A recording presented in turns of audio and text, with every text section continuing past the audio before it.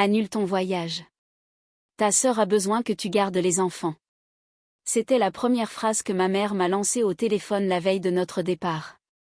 Pas de bonjour, pas de est-ce que tu es impatiente, pas de j'espère que toi et ton mari passerez un merveilleux anniversaire de mariage. J'étais debout à côté de 2 valises ouvertes, une main posée sur mon passeport, l'autre tenant la petite enveloppe où Marc avait glissé notre confirmation de réservation pour l'hôtel à Menton comme si c'était une lettre d'amour. Je m'appelle Sandrine Lefebvre. J'avais 38 ans, j'étais responsable de la conformité pour une entreprise de matériel chirurgical à Lille. Et pendant 5 ans, mon mari et moi avions économisé chaque euro possible pour une semaine de calme absolu sur la Côte d'Azur. Pas de corvée familiale, pas d'urgence de dernière minute, pas besoin de récupérer les enfants des autres à l'entraînement de foot parce que ça ne te prendrait que 20 minutes. Juste nous, la mer Méditerranée, et ce voyage d'anniversaire que nous avions déjà reporté 3 fois parce que ma famille avait toujours besoin de quelque chose. Puis la voix de ma mère a résonné dans le combiné comme un ordre venant d'un tribunal. Léa a un imprévu. Elle a besoin que tu surveilles les petits cette semaine. J'ai fixé ma valise. Maman, notre vol est demain matin à la 1re heure. Elle a soupiré, non pas parce qu'elle s'en voulait, mais comme si j'étais particulièrement lente à comprendre la situation. Je sais. C'est pour ça que j'appelle maintenant. Ton père et moi ne pouvons pas gérer 3 enfants pendant une semaine entière. Léa a une formation professionnelle. La famille passe avant tout, Sandrine. Marc comprendra. Avant que je puisse répondre, mon père m'a envoyé un SMS en majuscule. Ne sois pas égoïste. La famille d'abord. Annule ton voyage. C'est à ce moment-là que quelque chose en moi est devenu glacial. Pas encore de la colère, juste une clarté totale. Parce qu'ils ne demandaient pas mon avis. Ils avaient déjà décidé que mon mariage, mon argent, mon temps et mon bonheur étaient moins importants que le confort de Léa. Marc se tenait dans l'encadrement de la porte, silencieux, observant mon visage changer. Ma mère continuait de parler, énumérant les instructions, les plateaux repas pour l'école, les médicaments pour les allergies, les règles sur le temps d'écran, comme si j'avais déjà accepté. Je l'ai interrompue et j'ai dit un seul mot, non. Silence. Puis elle a ri une fois, un rire sec et offensé. Pardon. J'ai regardé Marc, puis les billets, puis cette vie que je ne cessais de mettre entre parenthèses pour des gens qui ne sacrifiaient jamais rien pour moi. J'ai dit, non, nous partons faire notre voyage. Avant que je ne vous raconte ce qu'ils ont fait ensuite, et pourquoi mon téléphone affichait 57 appels manqués quand nous avons atterri, dites-moi d'où vous regardez cette vidéo en ce moment. Je veux savoir jusqu'où cette histoire voyage car peut-être que quelqu'un d'autre a besoin d'entendre que dire non peut être le début de la reconquête de sa propre vie. Ma mère n'a pas crié au début. Cela aurait été plus facile car les cris vous donnent quelque chose de solide contre quoi lutter. Au lieu de cela, elle a pris un ton mielleux. Et cette douceur était toujours plus dangereuse. Sandrine, ma chérie, ne rend pas les choses désagréables. Elle parlait comme si c'était moi qui transformais une simple demande en problème majeur. J'ai failli sourire parce que cette phrase m'avait poursuivie depuis l'enfance. Quand Léa oubliait ses devoirs, je prenais mon vélo pour les apporter à l'école. Quand Léa a embouti la voiture de ma mère à 22 ans, j'ai passé mon week-end à les aider à remplir les constats et gérer les assurances. Quand Léa a eu son premier bébé et a affirmé que la crèche était trop chère, j'ai réorganisé mon emploi du temps professionnel pendant 6 mois et je me suis persuadée que c'était ce qu'une bonne sœur devait faire. Quand mon père avait besoin de quelqu'un pour attendre le technicien de la fibre pendant 4 heures, il m'appelait moi, pas Léa. Quand ma mère avait besoin qu'on passe à la pharmacie, elle m'appelait. Même si Léa habitait à 2 minutes de là, et chaque fois que j'hésitais, ma mère me traitait de personne difficile. Mon père disait que j'étais froide. Léa disait que j'avais de la face parce que je n'avais pas de vraie responsabilité. Debout dans ma chambre ce soir-là, j'ai enfin compris le mécanisme. Ils avaient construit leur confort sur ma culpabilité. Et maintenant, ils étaient choqués que j'arrête de la porter. Maman, j'ai dit. Léa était au courant de ce voyage depuis des mois. Les enfants peuvent tomber malades, a-t-elle répliqué. Les plans changent, alors ses plans à elle peuvent changer aussi. C'est à ce moment-là que mon père a rappelé. J'ai laissé l'appel tomber sur la messagerie. Puis Léa a appelé. Puis ma mère encore une fois. Le téléphone ne cessait de s'allumer sur le lit comme un signal d'alarme, et chaque vibration me serrait la poitrine. Marc l'a pris doucement de ma main, non pas pour me contrôler, mais pour m'empêcher de céder par habitude. « Emporte la robe bleue », a-t-il dit.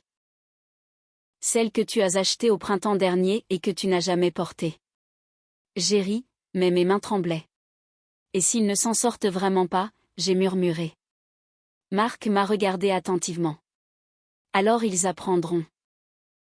C'est ce que tu as dû faire chaque fois qu'ils t'ont abandonné un problème sur les bras. » 10 minutes plus tard, Léa a envoyé un message vocal. Je n'aurais pas dû l'écouter, mais je l'ai fait. Sa voix était essoufflée et dramatique. Sandrine, je n'arrive pas à croire que tu me fasses ça. J'ai une formation de direction obligatoire. Si je la manque, je pourrais perdre ma promotion. Est-ce que tu veux avoir ça sur la conscience? Est-ce que tu veux que mes enfants sachent que leur tante a choisi des vacances plutôt qu'eux? J'ai failli répondre. J'ai failli expliquer que j'aimais les enfants, que j'étais épuisée, que j'avais économisé pour ce voyage en utilisant chaque bon de réduction et en me privant de sorties au restaurant pendant des années. Puis je me suis souvenue d'une chose que mon thérapeute m'avait dite l'année dernière. Les personnes qui profitent de votre absence de limites considéreront toujours l'établissement de ces limites comme une trahison. J'ai coupé les notifications. Pas le téléphone, juste leur contact. À 5h10 le lendemain matin, Marc et moi faisions rouler nos valises dans l'aéroport de Lille-Lesquin alors que le ciel était encore noir. Mon estomac se nouait toutes les quelques secondes, mais chaque pas m'éloignant du parking me donnait l'impression de sortir d'un vieux costume trop étroit. Épouse, employée, fille, sœur, baby-sitter, contact d'urgence, distributeur automatique de la famille. La personne qui disait toujours « Ne vous inquiétez pas, je m'en occupe ». Même quand personne ne m'avait demandé si j'étais déjà au bord de la rupture. Au contrôle de sécurité, j'ai failli rallumer mes notifications. Mon pouce survolait l'écran. Puis Marc a placé sa carte d'embarquement à côté de la mienne et a dit « 5 ans, Sandrine. » Nous avons attendu 5 ans. Alors j'ai reverrouillé le téléphone. L'avion a décollé et pour la première fois depuis des années, personne ne pouvait me demander de faire demi-tour. Marc a pris ma main et a chuchoté « Joyeux anniversaire, Sandrine. » J'ai regardé par le hublot et j'ai vu le nord rétrécir sous les nuages. J'aurais dû me sentir libre. Au lieu de cela, j'avais l'impression de venir d'allumer une mèche. Quand nous avons atterri à Nice 5 heures plus tard, mon téléphone s'est reconnecté avant même que nous n'atteignions la porte de sortie. Il vibrait si fort qu'il glissait contre ma paume. 57 appels manqués, 26 SMS, 4 messages vocaux, une conversation de groupe familial renommée, Sandrine doit répondre. Et tout en haut se trouvait un message de mon père qui a fait contracter la mâchoire de Marc quand je le lui ai montré. Tu as fait ton choix. Ne t'attends pas à ce que cette famille soit là quand tu auras besoin de nous. J'ai fixé ces mots et quelque chose en moi a répondu silencieusement. Peut-être que vous ne l'avez jamais été. Nous ne sommes pas allés directement à l'hôtel. C'était l'idée de Marc. Non, a-t-il dit après avoir lu mon visage sur le parking des voitures de location. Nous n'allons pas les laisser s'asseoir à l'avant avec nous tout au long de la route vers Antibes. Nous avons donc conduit vers la côte avec les vitres entr'ouvertes, l'air salin remplaçant lentement l'odeur de l'aéroport, et j'ai regardé le paysage devenir assez inhabituel pour que ma culpabilité ait du mal à trouver ses repères. L'autoroute serpentait entre les collines.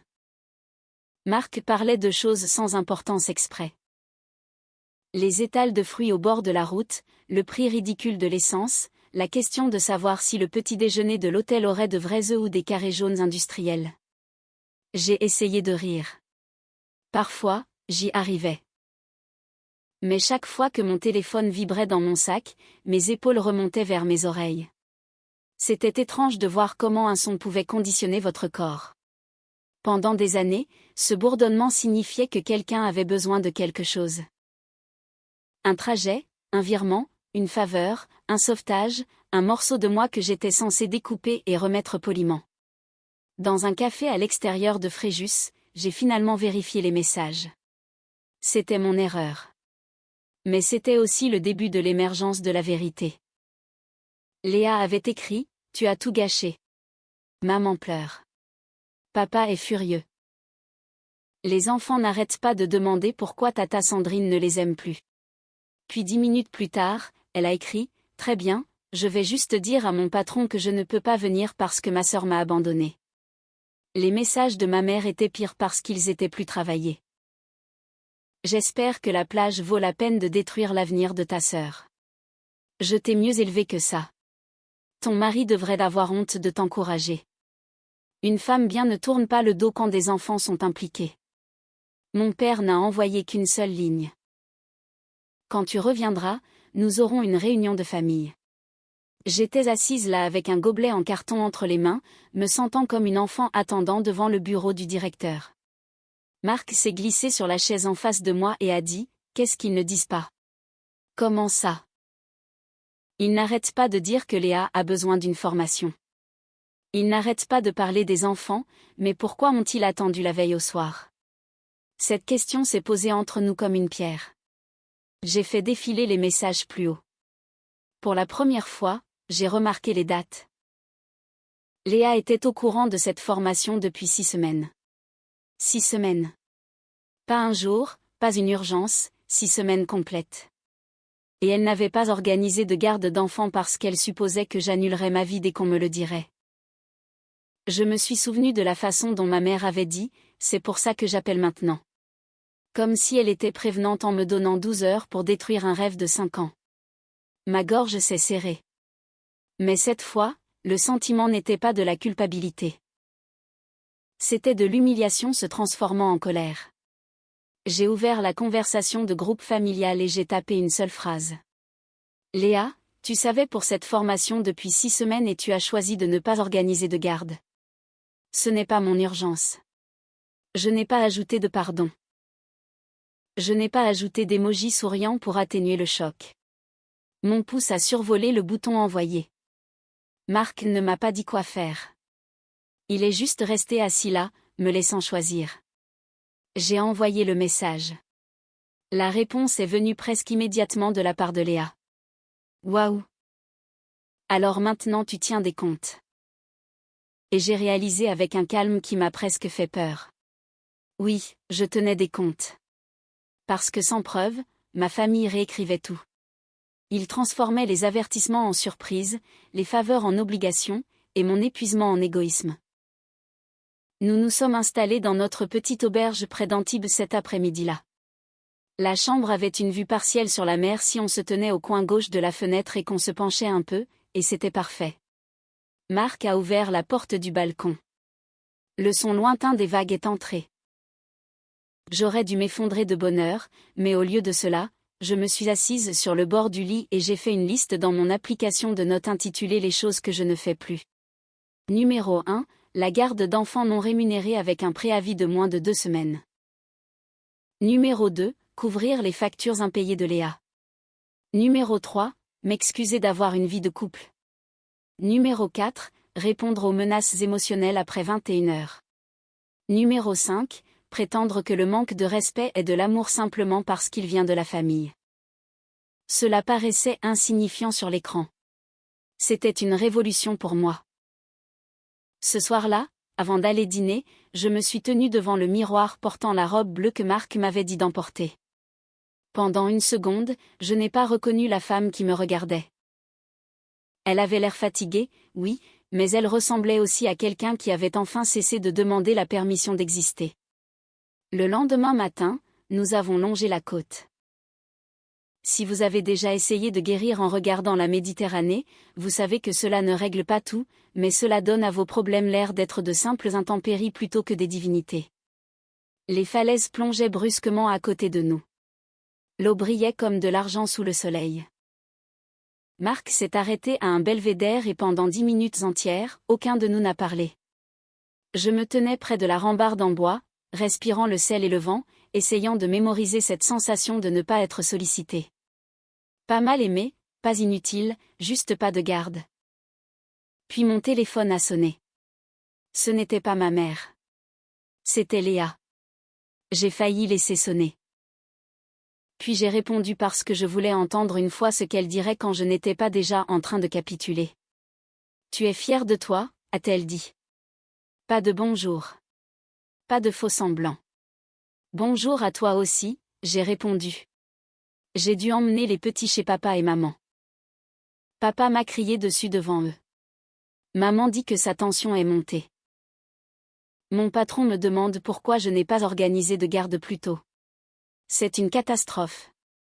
Ça a l'air stressant, j'ai dit. Ne me parle pas comme si j'étais un service client. J'ai regardé la mère et j'ai failli rire parce que c'était exactement comme cela qu'il m'avait utilisé. Une voix calme, un ton orienté vers la résolution de problèmes, aucun droit d'être offensé. Léa, qu'est-ce que tu attends de moi exactement? Je veux que tu rentres. Je suis sur la Côte d'Azur. Alors change ton vol. Non. Le mot est sorti plus facilement la deuxième fois, mais il a tout de même envoyé une onde de choc dans mon corps. Elle s'est tue, puis a changé de tactique. Les enfants s'ennuient de toi. Celle-là a fait mal parce que j'aime ces petits. J'avais préparé leur goûter. Je les avais bercés quand ils étaient malades. J'avais acheté les cadeaux d'anniversaire que Léa oubliait de commander. Je savais lequel détestait les petits pois, lequel avait besoin de la veilleuse dinosaure, et lequel faisait semblant d'être courageux mais pleurait pendant les orages. Mais aimer des enfants ne signifiait pas devenir la sortie de secours pour des adultes qui refusaient de s'organiser. Dis-leur que je les aime et que je les verrai quand je serai de retour. Donc tes vacances comptent plus que la famille. Mon mariage compte. Mon temps compte. Ma vie compte. Cela ne veut pas dire que la famille ne compte pas. Elle a ricané. Tu as l'air différente. J'ai regardé Marc, qui se tenait à quelques pas de là, faisant semblant de ne pas écouter, mais écoutant de tout son cœur. Je suis différente. La voix de Léa est devenue plus tranchante. Très bien, mais quand je perdrai ma promotion, tout le monde saura pourquoi. Assure-toi de leur dire aussi que tu avais 6 semaines pour trouver une solution de garde. Elle a raccroché. Je suis restée là, le téléphone encore contre l'oreille, moins choquée par sa colère que par ma propre stabilité. 1 an plus tôt, j'aurais cherché des applications de vol avec les doigts tremblants. J'aurais calculé les frais d'annulation, je me serais excusée auprès de Marc, et je me serais dit que nous pourrions essayer à nouveau l'année prochaine. Même si l'année prochaine aurait apporté une autre crise. Ce matin-là, j'ai mis mon téléphone dans ma poche et je suis retournée vers mon mari. Marc n'a pas applaudi. Il n'a pas fait de discours. Il a simplement ouvert ses bras et je m'y suis glissée. « Comment te sens-tu » a-t-il demandé. Terrifiée, j'ai dit. Et étrangement forte. Nous avons passé cette journée comme des gens apprenant à être de nouveaux jeunes. Nous avons mangé une soupe de poisson dans un bol en carton. Nous avons acheté une carte postale bon marché avec un phare dessus. Nous avons pris un selfie raté où le vent ébouriffait mes cheveux au point de me faire ressembler à quelqu'un qui avait perdu un combat contre un ventilateur. Chaque chose ordinaire semblait avoir été arrachée à un calendrier familial qui n'avait jamais laissé de place pour moi. Pourtant, la culpabilité tentait de s'immiscer dans les moments de silence. Pendant que Marc étudiait une carte de randonnée, je me demandais si les enfants avaient déjeuné. Pendant que nous regardions les bateaux au loin, j'imaginais ma mère se tenant la poitrine pour un effet dramatique. Puis je me rappelais que l'inquiétude n'était pas un ordre. L'amour n'était pas une convocation. Ce soir-là, pendant que Marc se douchait, j'ai vérifié mes emails et j'ai vu un message transféré par Léa. Elle m'avait mise en copie par erreur. C'était un email de son responsable. Léa, cette formation de leadership est sur votre calendrier depuis le mois dernier. L'absence de participation pourrait affecter votre éligibilité à une promotion. C'était écrit là, noir sur blanc. Pas ma faute, pas soudain, pas une urgence, une conséquence. J'ai enregistré l'email, non pas parce que je voulais la détruire, mais parce que j'en avais fini de laisser les gens réécrire la réalité et me présenter la facture. Puis j'ai posé le téléphone, Je suis allée sur le balcon et j'ai écouté les vagues jusqu'à ce que ma respiration se cale sur leur rythme. Au 3e jour, l'histoire avait changé là-bas au pays. C'était une autre chose que j'ai apprise. Quand les gens ne peuvent pas contrôler vos actions, ils commencent à contrôler la version de vous que les autres entendent. Mon cousin m'a envoyé un SMS en premier. Et, ta mère dit que tu as abandonné les enfants de Léa pour aller faire la fête dans le sud. Tout va bien. Puis ma tante a écrit, je suis déçue, Sandrine. Ta sœur est une mère seule. Tu pourrais être plus gentille. Léa n'était pas une mère seule. Son mari voyageait pour le travail 3 jours par semaine et ses beaux-parents vivaient à 20 minutes. Ma tante n'en savait rien parce que ma famille l'avait occulté. Un autre parent a envoyé un emoji de main jointe et a écrit « La famille passe avant les vacances ». J'ai fixé celui-là pendant longtemps parce que cela semblait noble jusqu'à ce qu'on se demande quelles vacances, quelle famille, et quel sacrifice. Au début, j'ai ressenti l'ancienne panique, le besoin de me défendre, le besoin d'envoyer des paragraphes, des captures d'écran, des preuves, des dates, des relevés bancaires, chaque petit élément de preuve qui pourrait les convaincre que je n'étais pas cruelle. Puis j'ai regardé autour de notre chambre d'hôtel. Marc planifiait une réservation pour un dîner tranquille. Ma robe bleue était suspendue à la porte du placard. La mer devenait dorée à l'extérieur. Je me suis dit que si je passais ce voyage à combattre des rumeurs, il gagnait quand même. Alors, j'ai fait quelque chose de mieux. J'ai écrit un message calme et je l'ai envoyé sur la conversation de groupe qu'ils avaient utilisée pour me faire honte. Pour plus de clarté, Marc et moi avons planifié et payé ce voyage d'anniversaire il y a des années. Léa connaissait sa formation depuis 6 semaines et n'a pas organisé de garde. J'ai été informée la veille de mon vol et on m'a dit d'annuler. J'ai dit non. J'aime les enfants, mais je ne suis plus disponible pour des gardes d'enfants non planifiés, des sauvetages financiers ou des reproches émotionnels. Veuillez ne plus me contacter à ce sujet à moins que vous ne soyez prêt à en discuter honnêtement. Puis j'ai joint une capture d'écran. L'email transféré de Léa montrant la date de la formation. Je n'ai pas joint tous les SMS. Je n'ai insulté personne. Je n'ai pas supplié qu'on me comprenne. J'ai appuyé sur envoyer et j'ai retourné mon téléphone. Pendant 20 minutes, rien ne s'est passé. Puis la conversation a explosé. Léa a écrit, tu m'humilies. Mon père a écrit, retire ça. Ma mère a écrit, les affaires privées de la famille doivent rester privées. Mon cousin a répondu, attends, 6 semaines. Ma tante n'a rien écrit pendant un moment, puis a envoyé, je ne savais pas cette partie. C'était la première fissure. Pas une immense victoire. Pas une justice avec une musique triomphale en fond sonore. Juste une fissure dans la version de la réalité que ma famille avait construite autour de moi. Marc m'a regardé à travers la petite table de l'hôtel et a levé son verre. À la vérité remise dans son contexte, a-t-il dit. J'ai ri si fort que j'en ai presque pleuré. Le dîner de ce soir-là aurait dû être le centre paisible du voyage. Nous avons choisi un petit restaurant avec des bougies blanches, des vitres embrumées et un menu à l'ardoise que nous pouvions à peine lire. Pour la première fois de la semaine, j'ai commencé à dire à Marc ce que je voulais réellement pour les 5 prochaines années. Pas ce dont mes parents avaient besoin, pas ce que Léa pourrait demander, mais ce que je voulais moi. Un fonds d'urgence plus important, un cours de poterie, peut-être une petite maison avec une véranda, peut-être moins de vacances passées à avaler des insultes à côté d'un plat de gratin. Puis à la moitié du dessert, mon application bancaire a envoyé une notification. Un virement programmé de 420 € vers le compte de Léa avait échoué parce que je l'avais mis en pause des mois auparavant et que j'avais oublié de supprimer le modèle.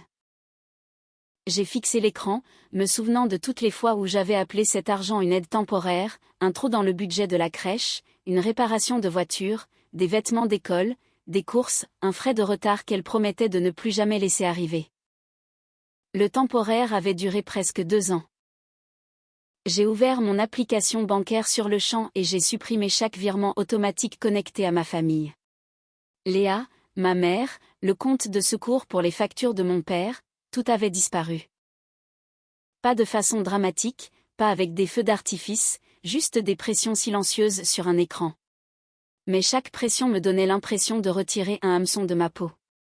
Marc a vu mon visage. Grand pas, immense, j'ai dit. Je n'avais pas réalisé combien de portes je leur avais laissées ouvertes. Puis j'ai reçu un SMS de ma mère. Puisque tu veux agir de manière indépendante, ne t'attends pas à ce que nous t'aidions non plus. J'ai regardé le message, puis mon mari, puis le repas que nous avions payé nous-mêmes, le voyage pour lequel nous avions économisé nous-mêmes, la paix que je protégeais enfin moi-même. J'ai répondu, compris. Ce seul mot a fait plus de dégâts qu'une dispute n'aurait pu le faire parce qu'il lui disait que je n'avais plus peur de la menace. Et pour la première fois, j'ai compris pourquoi ils avaient utilisé cette menace si souvent. Elle avait fonctionné pendant des années. Ce soir-là, elle a finalement cessé de fonctionner. Le dernier jour complet de notre voyage devait être une promenade dans l'arrière-pays, mais ma famille a fait une dernière tentative pour me ramener dans le rôle qu'ils préféraient. Cela a commencé par un message vocal de mon père. Sa voix était plus basse que d'habitude, le ton qu'il utilisait quand il voulait paraître raisonnable après des jours de cruauté. Sandrine, cela a assez duré. Ta mère est bouleversée. Léa est embarrassée. Tu dois appeler et t'excuser pour que nous puissions passer à autre chose. Je l'ai écouté une fois debout devant une petite boulangerie, l'odeur de la cannelle et du café flottant dans l'air du matin. Puis je l'ai supprimé. Pas parce que cela ne faisait pas mal. Cela faisait très mal. Mais j'avais enfin remarqué quelque chose. Dans ma famille, passer à autre chose signifiait toujours que Sandrine absorbait les dégâts et que tous les autres gardaient leurs habitudes. Cet après-midi-là, ma mère a appelé d'un numéro inconnu. J'ai répondu parce que j'étais curieuse de voir jusqu'où ils iraient. Tu m'as bloqué, a-t-elle exigé. Je t'ai mise en sourdine. C'est puéril. Utiliser un autre numéro l'est tout autant. Elle a inspiré brusquement. Je ne te reconnais plus. Cette phrase a résonné profondément. Je pensais qu'elle le disait comme une insulte, mais pour la première fois, je l'ai entendue comme une preuve de réussite. C'est peut-être parce que tu ne reconnaissais que la version de moi qui disait oui. Elle a commencé à pleurer alors, mais les larmes semblaient différentes au téléphone. Pas de la tristesse, mais de la pression. Léa risque de perdre sa promotion. Ton père est furieux. La famille pense que nous avons élevé des filles égoïstes. Est-ce que tu comprends ce que tu as fait? Oui, j'ai dit. J'ai arrêté de couvrir des adultes. Tu nous punis. Non, je laisse les conséquences retomber là où elles doivent être. Elle s'est tue. Le vent soufflait dans les pins autour de moi, majestueux et complètement indifférent à mes drames familiaux. Marc se tenait au début du sentier, me laissant de l'espace. Ma mère a chuchoté, tu étais tellement gentille autrefois. Cela a failli me briser parce que j'avais été gentille. J'avais aussi été épuisée. J'avais été fiable, généreuse, disponible et secrètement pleine de ressentiment. J'avais été louée pour m'être effacée chaque fois que quelqu'un d'autre avait besoin de plus de place. Maman, j'ai dit, être gentille n'est pas la même chose que rester silencieuse. Elle n'a pas eu de réponse. Alors j'ai continué, quand je rentrerai à la maison, les choses seront différentes. Je ne garderai pas les enfants sans préavis. Je n'enverrai pas d'argent. Je n'accepterai pas d'insultes de la part de papa. Je ne laisserai pas Léa utiliser les enfants pour me culpabiliser. Si vous voulez une relation avec moi, elle doit inclure le respect. La voix de ma mère s'est durcie à nouveau, probablement parce que pleurer n'avait pas fonctionné. Alors ne sois pas surprise quand tu ne seras pas invitée au réveillon de Noël. L'ancienne Sandrine aurait supplié. L'ancienne Sandrine aurait imaginé une chaise vide et aurait paniqué. La nouvelle Sandrine a regardé la lumière du soleil filtrer à travers les branches et a dit, si le prix du réveillon de Noël est l'obéissance, je ferai d'autres projets. Elle m'a raccroché au nez. Je suis restée là, tremblante, non pas de regret, mais à cause du choc physique de dire enfin ce que je pensais depuis des années. Marc s'est approché lentement. Ça va. J'ai hoché la tête, puis j'ai commencé à pleurer. Il m'a tenue jusqu'à ce que les tremblements passent. Ce soir-là, nous nous sommes assis près d'un petit feu de camp derrière l'auberge. Je n'ai pas regardé mon téléphone pendant 3 heures. Quand je l'ai finalement fait, il y avait un message de mon cousin. J'ai parlé à Léa. Tu avais raison. Elle supposait que tu annulerais. Je suis désolée de t'avoir jugé. Je l'ai lu 2 fois. Pas parce que j'avais besoin que tout le monde soit de mon côté, mais parce que la vérité s'était enfin échappée de la pièce où ma famille essayait de l'enfermer. Quand nous sommes rentrés chez nous, je m'attendais à la guerre. J'imaginais mes parents m'attendant les bras croisés, Léa pleurant dans ma cuisine, des proches envoyant des essais sur la loyauté. Au lieu de cela, la punition a été plus silencieuse. Ma mère a cessé de m'appeler. Mon père m'a retiré de l'album photo partagé de la famille. Léa a posté une citation en ligne sur les gens qui vous abandonnent quand vous avez le plus besoin d'eux. 3 ans plus tôt, cela m'aurait détruite. Cette fois, je les ai laissés faire leur spectacle pour ceux qui voulaient encore acheter des billets. 2 jours après notre retour, Léa a appelé d'un numéro que je ne connaissais pas. J'ai failli ignorer l'appel, mais quelque chose m'a dit que ce n'était pas une autre attaque. Sa voix semblait plus petite. Ma promotion m'a échappé, a-t-elle dit. Ils ont dit que j'avais fait preuve d'une mauvaise planification. J'ai attendu. Papa et maman ne veulent pas aider pour la garde plus d'1 jour ou 2. Ils disent qu'ils sont trop vieux. Les parents de Jason ont dit qu'ils avaient besoin d'un préavis important. Tout était là. Tout ce village dont elle affirmait qu'il n'avait pas le choix avait soudainement des limites quand Sandrine n'était plus disponible. Je suis désolée que tu aies à gérer ça, j'ai dit. Elle a expiré de colère. C'est tout. Qu'est-ce que tu veux que je dise? Je veux que tu admettes que tu as rendu les choses plus difficiles. J'ai regardé la table de la cuisine où Marc et moi avions étalé nos photos de voyage. Le phare, l'arrière-pays, mes cheveux décoiffés, mon vrai sourire. Non, Léa. J'ai rendu les choses honnêtes. Elle est restée silencieuse si longtemps que j'ai cru que la communication avait coupé. Puis elle a dit, je ne pensais pas que tu dirais vraiment non. C'était la chose la plus proche de la vérité que j'ai jamais entendue de sa part. Je sais. Je pensais que tu te sentirais mal et que tu reviendrais. Je sais. Alors on fait quoi maintenant? J'ai pris une inspiration. Maintenant, tu établis un plan de garde d'enfant qui ne dépend pas du manque de respect envers moi. Elle a pleuré alors, mais je ne me suis pas précipitée pour arranger les choses. C'était nouveau. Je pouvais l'aimer et tout de même la laisser ressentir le poids de ses choix. 1 semaine plus tard, ma mère a envoyé un SMS. Pas vraiment une excuse, mais la première phrase qui ne me blâmait pas. Peut-être que nous nous sommes trop reposés sur toi. Je n'ai pas jeté mon téléphone à travers la pièce pour fêter ça. Je n'ai pas tout pardonné dans une scène magique. Le vrai changement est rarement cinématographique. J'ai simplement répondu, oui, et je suis prête à reconstruire si le respect passe en premier. Le réveillon de Noël est arrivé des mois plus tard. Je n'ai pas été invitée, alors Marc et moi avons reçu 2 amis, mon cousin qui s'était excusé, et une voisine dont les enfants adultes vivaient loin. Nous avons cuisiné beaucoup trop de nourriture. Nous avons ri trop fort. Personne ne m'a demandé de quitter la table pour résoudre une crise. Personne ne m'a traité d'égoïste parce que je mangeais alors que la nourriture était chaude. Ce soir-là, Léa a envoyé une photo des enfants tenant des cartes faites à la main. Tu leur manques, a-t-elle écrit. J'ai souri parce qu'il me manque aussi. Mais cette fois, je n'ai pas confondu le fait que quelqu'un me manque avec le fait de me soumettre à tout le monde autour d'eux. J'ai organisé une sortie avec les enfants pour le samedi suivant avec 1 heure de début, 1 heure de fin et un plan clair. Léa a accepté. Cela ne ressemble peut-être pas à une vengeance pour certaines personnes. Il n'y a pas eu de cri dans un tribunal, pas de revirement dramatique d'héritage, pas de méchant ruiné du jour au lendemain, mais pour moi, la revanche était plus douce parce qu'elle était réelle. Ils ont perdu la version de moi qu'ils pouvaient utiliser. Ils ont perdu la baby-sitter gratuite, le portefeuille d'urgence, la fille silencieuse, la sœur qui s'excusait d'avoir besoin de repos.